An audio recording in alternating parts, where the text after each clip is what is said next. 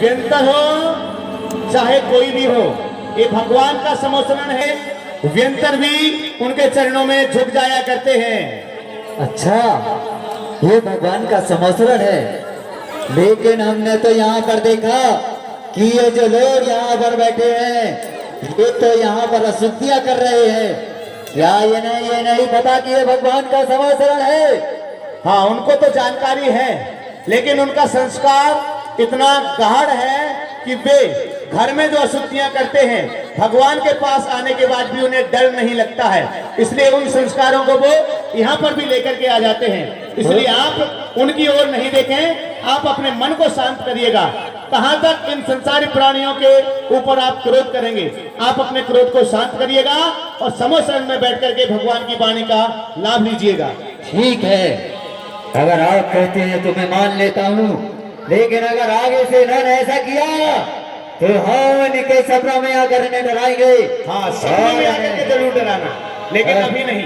अभी यहाँ भगवान विराजमान है, इसलिए आप अपने क्रोध को शांत कर अपना स्थान ग्रहण करें। अरे हम काले हैं तो क्या हुआ दिल वाले हैं, हम काले हैं तो क्या हुआ दिल वाले हैं। भगवान की पूजन करने के लिए आते हैं।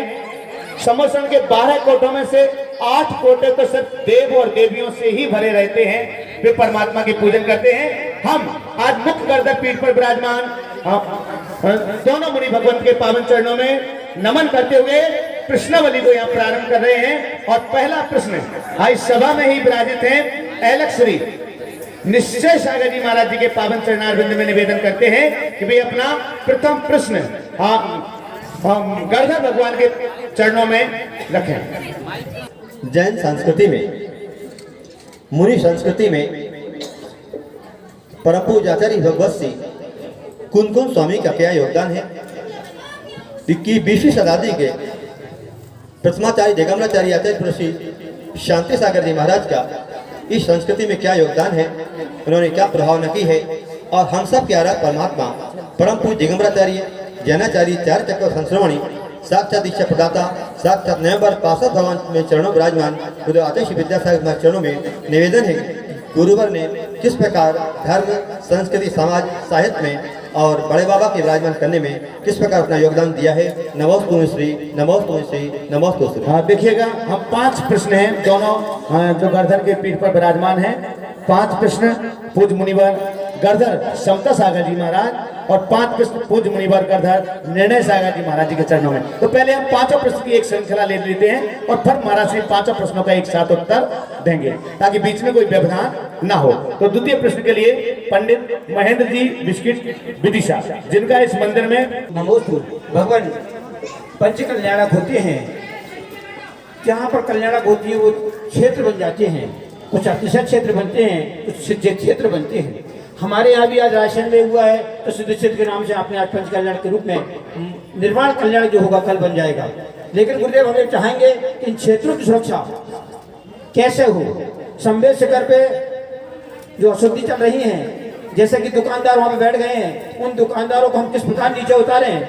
हम अपने धर्म का और धन का सामंजस्य इन क्षेत्रों की रक्षा करते हुए कैसे करें। मैं आप लोगों से निवेदन करना चाहूंगा गणधर की बात में बैठकर कि हम संवेद शिखर को यदि बचाना चाहते हैं। यहाँ हमने संवेद शिखर की रचना तो कर ली, मोक्ष कल्याण हो जाएगा, लेकिन वास्तव में जो हमारा वास्तविक संवेद शिखर है उस पर जो दुकानों ने कब्जा कर रखा है वो दुकानें आज खाली हो गई हैं।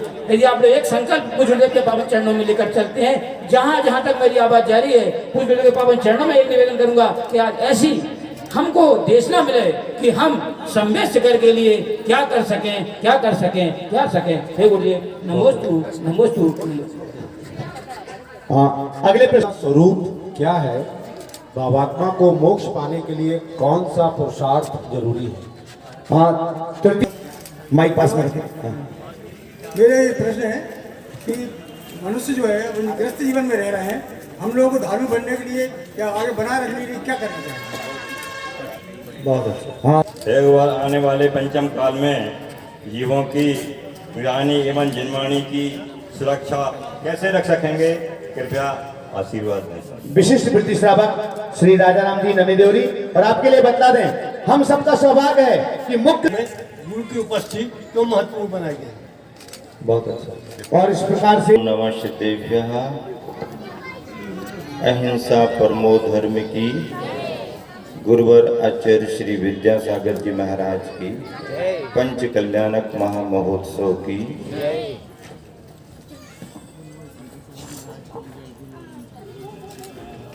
आज के दिन मुनिराज वृषभ सागर जी ने ध्यान की अवस्था में छपक श्रेणी पर आरोहण करके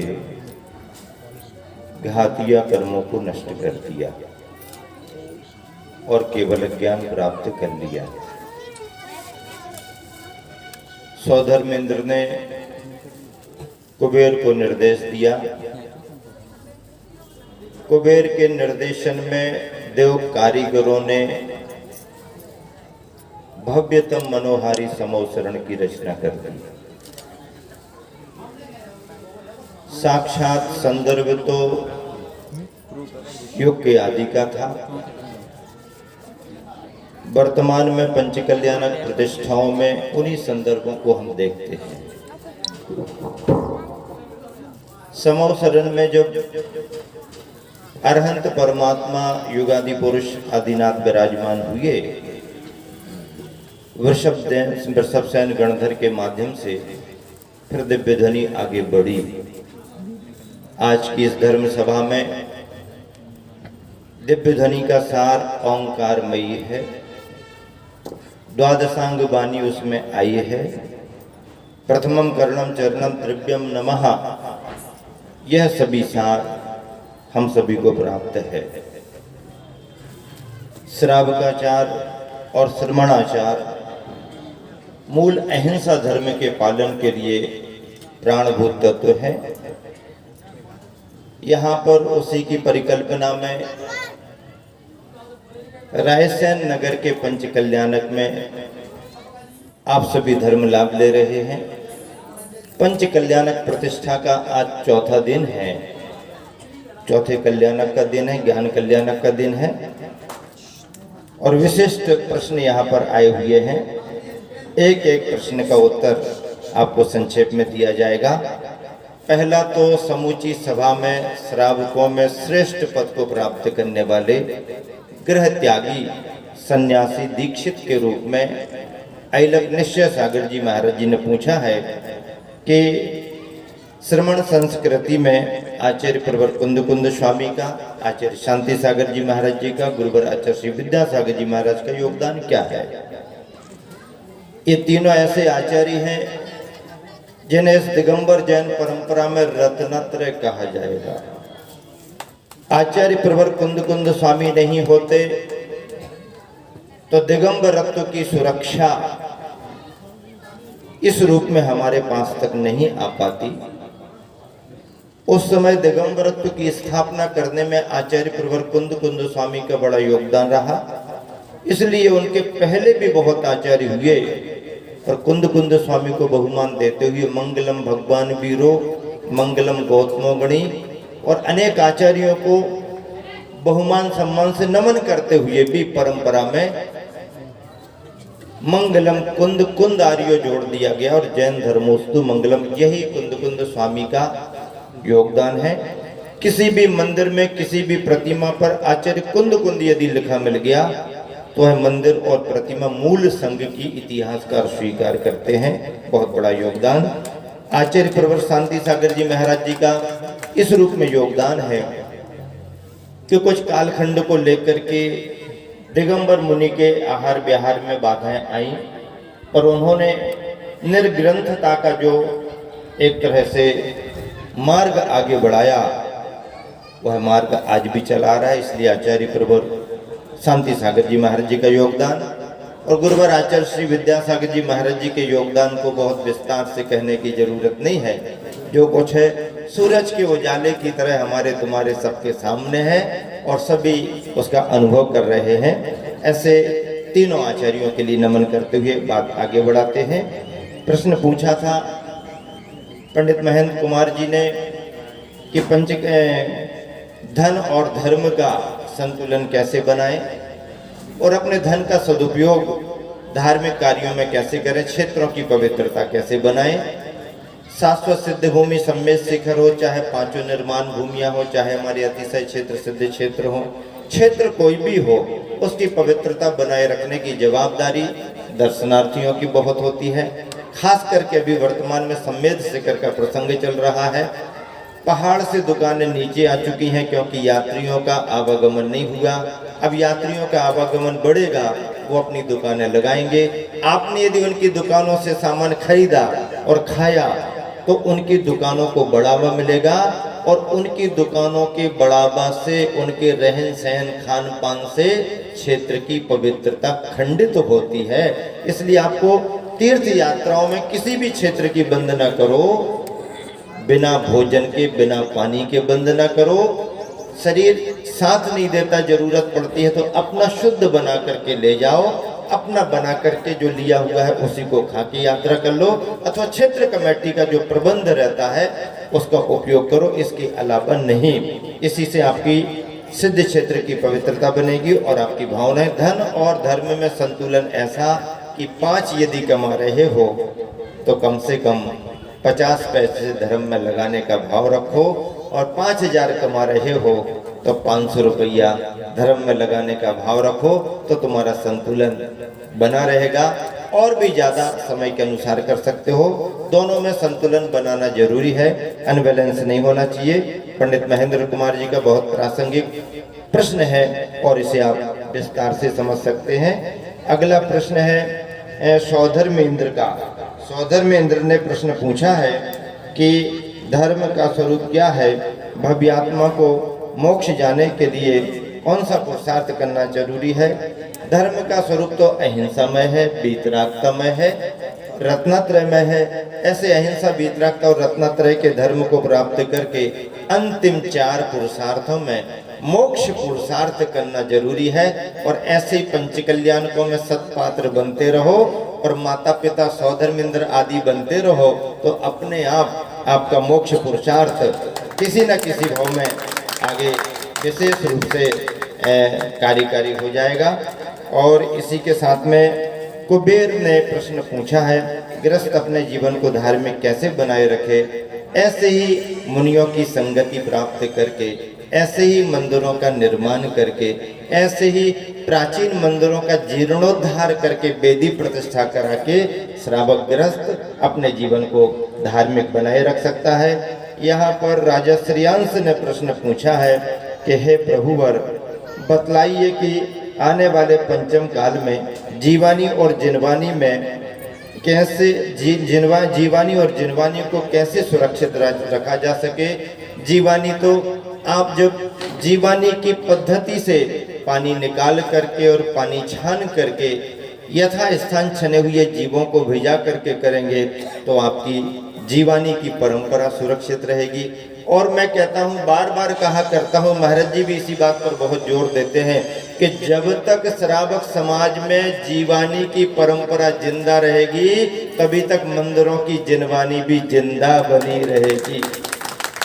और जिस दिन श्रावक समाज से जीवानी की परंपरा खत्म हो जाएगी तो मंदिरों की जिनवानी भी केवल कागजों में जिनवानी रह जाएगी, धर्म की जिनवानी नहीं। इसलिए अभी भी जीवानी की परंपरा सुरक्षित है, जिनवानी को भी सुरक्षित रखने का प्रयास स्वाध्याय करके, अध्ययन करके, ग्रंथों को बहुमान दे करके करना चाहिए। और अंतिम प्रश्न है यहाँ पर विशिष्ट व्रती श्रावक ने पूछा है। उन्होंने कहा, पंच कल्याणक में गुरुओं की उपस्थिति का क्या महत्व है, क्यों महत्वपूर्ण मानी गई है। बहुत अच्छा प्रश्न है। पंच कल्याणक में यदि निर्ग्रंथ मुनि न आए तो ये बड़े बड़े मुकुट वाले राजा महाराजा भी अपने भगवान को मुकुट वाले ही भगवान बना करके रखेंगे, दिगंबर भगवान नहीं बना पाएंगे। इसलिए बड़े बड़े मुकुटधारी राजा भी इसी भावना से निर्ग्रंथ मुनि महाराजाओं को लेकर के आते हैं और पंच कल्याणक कराते हैं कि भगवान 2.5 दिन तो हम लोगों के हाथ में है, लेकिन 2.5 दिन तुम्हारे हाथ में है। आज भगवान की दीक्षा का दिवस है, अब हमारे बस का काम नहीं है। पंडित जी भी, ब्रह्मचारी भैया भी निवेदन करते हैं निर्ग्रंथ मुनियों से कि महाराज गुरुदेव, अब भगवान की दीक्षा के संस्कार आप करिए, और जो दिगंबर होते हैं वही प्रतिमाओं को भी दिगंबर बना सकते हैं। दिगंबर प्रतिमाओं की प्रतिष्ठा वही कर सकते हैं। इसीलिए निर्ग्रंथ मुनियों का पंच कल्याणकों में उपस्थित होना बहुत जरूरी है। रायसन की समाज का बड़ा सौभाग्य है।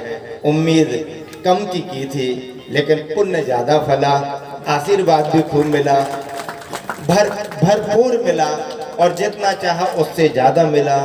और आप सभी ने भरपूर दान पुण्य करके लाभ लिया, समूचे रायसन जिले ने, समूचे विदिशा रायसन जिले ने, और तमाम महापात्रों के रिश्तेदारों ने भी आकर के बहुत अच्छा लाभ दिया। इसी शुभ भावना से निर्णय सागर जी महाराज जी के भी लिए प्रश्न है और उनका भी संबोधन।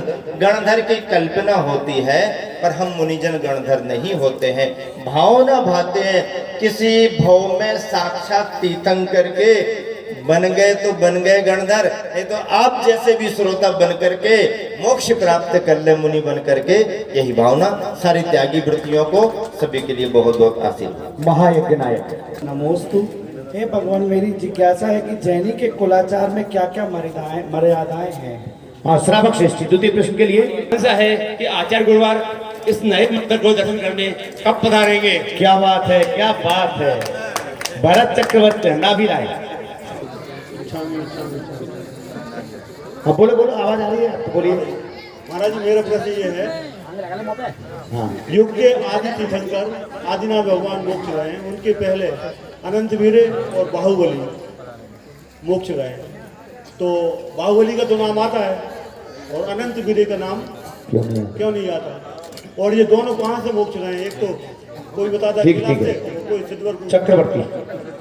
नमोस्तु नमोस्तु। हे मुनिवर, पंचम काल के अंत में धर्म की परंपरा कैसे चलेगी? चलेगा। अब हम पूज्य मुनि के पावन चरणारविंद में इन सभी प्रश्नों के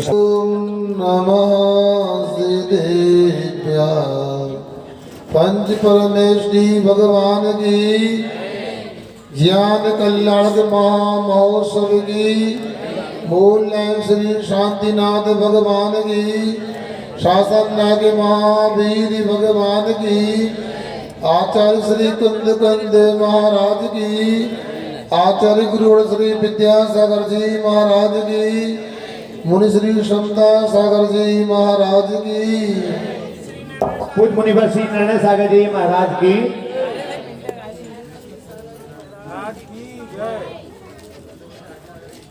उपस्थित महानुभावों, आपत्ता नहीं करना, जल्दी छूट जाएंगे। हाँ, हमें अंत हुआ ध्यान है, क्योंकि महायज्ञ नायक ने पूछा है जैनी के कुलाचार में क्या क्या मर्यादा है। आप लोग जल्दी देखो, जहाँ प्रभावना की बात आती है वहाँ पूरी जिम्मेदारी मुनि महाराजों को त्यागी पर छोड़ दी जाती है, जबकि ऐसा नहीं है। प्रभावना अंग तो प्रत्येक सम्यक दृष्टि का। कोई व्यक्ति भी रात में भोजन करता है और अजैन व्यक्ति उसे देखता है, एक जैन साहब रात में खा रहे हैं, तो समूचे जैन धर्म की बदनामी हो जाती। एक बच्चा रेलगाड़ी में यात्रा कर रहा था, सुन रहे कि सो गए, समोसरण में नींद नहीं आती।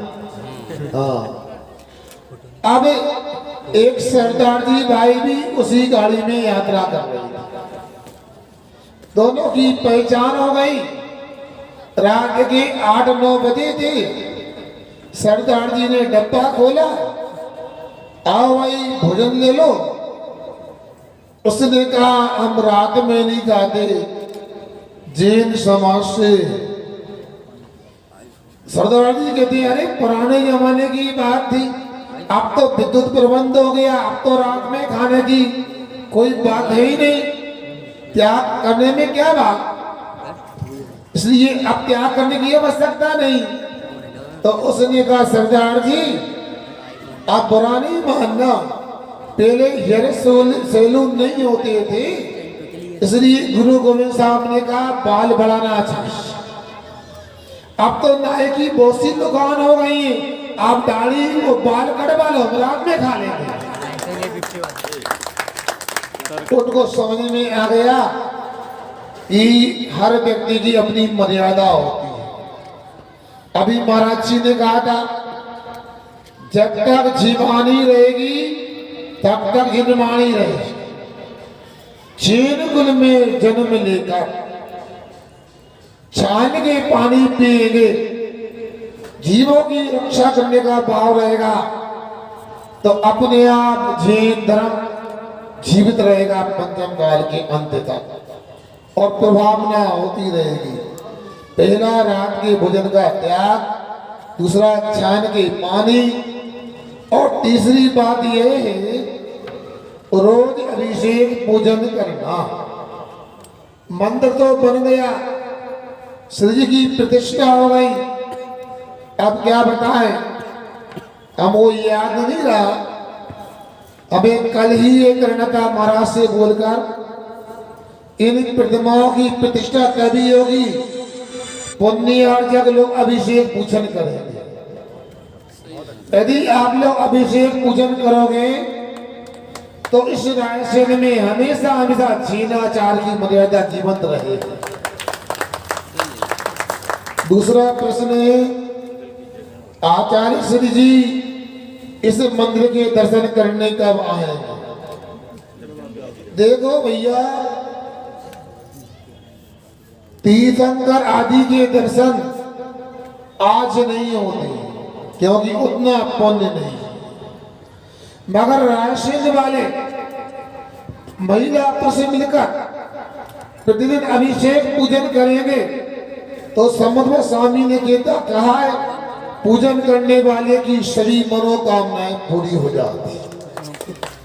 और यदि अभिषेक पूजन नहीं करने लगे, साधु को रुकने के लिए स्थान बन गया और जंगल के लिए आपने 1-2 बीघा जमीन ले ली तो मुझे विश्वास है आचार्य विद्यासागर आएंगे नहीं, थम जाएंगे यहाँ पर आकर। और इसके बाद में पंचम काल के अंत तक धर्म की परंपरा कैसे चलेगी? गाड़ी के 2 पहिए होते हैं, उसी प्रकार धर्म के 2 पहिए हैं, एक मुनि धर्म और एक श्रावक धर्म। मुनि राज अपने व्रतों का पालन करें अच्छे से और श्रावक अपने कर्तव्य का पालन करें तो पंचम काल के अंत तक ये धर्म की परंपरा चलती रहेगी।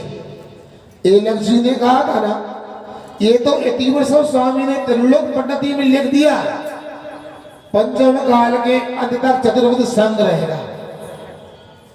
भाई वीरांगा जी नाम के मुनिराज होंगे, सर्वश्री आलिका होगी, अग्निदत्त श्रावक, उपंगश्री श्राविका और पंचम काल का अंत होगा। उसी समय संलेखना ले लेंगे, आत्मकल्याण कर लेंगे।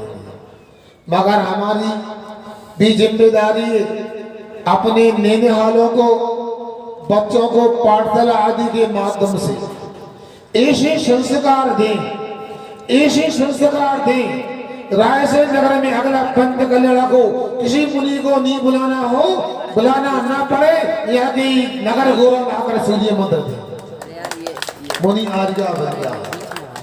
आप अपने बच्चे को मुनि आर्या बनने के संस्कार देंगे तो याद रखना मुनि आर्या उनका पुण्य का बन जाएंगे और नहीं तो श्रावक श्राविका तो जरूर बन जाएंगे। महाराज की भावना थी, हिंदी में तो प्रवचन हो गए, कुछ संस्कृत में भी सुनना चाहिए। समावसरण में अष्टादश महाभाषा वर्तन्ते सप्त शतकानि लघु भाषा भवन्ति। अस्मिन् रायसेन नगरे नूतन जिनि मंदिरं निर्माणं सम्पन्नम्। समाजे निर्माणं कृत्वा तस् पंचकल्याणकं भवनमस्ति। अद्यदिवसे अस्य ज्ञान कल्याणकम् अस्ति। दुष्मा नाम्नः चतुर्थकाले उत्कृष्टेन युगपद 60 अधिक शततीर्थंकरो अपि भवन्ति तथा न्यूनेन 20 तीर्थंकरो भवन्ति। किन्तु अस्मिन् दुष्मा नाम्ना पंचम काले भरत ऐरावत क्षेत्रेषु तीर्थंकरो न भवति। किन्तु स्थापना निक्षेपे जिन प्रतिष्ठा अवसरे पंच कल्याण भवति। इदं पंच कल्याणकं स्थापना निक्षेपे संबंधः प्रतिष्ठा अवसर पंच कल्याणं भवति।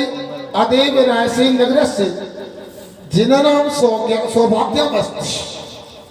श्राविकानां सौभाग्यं परम भाग्यम् अस्ति।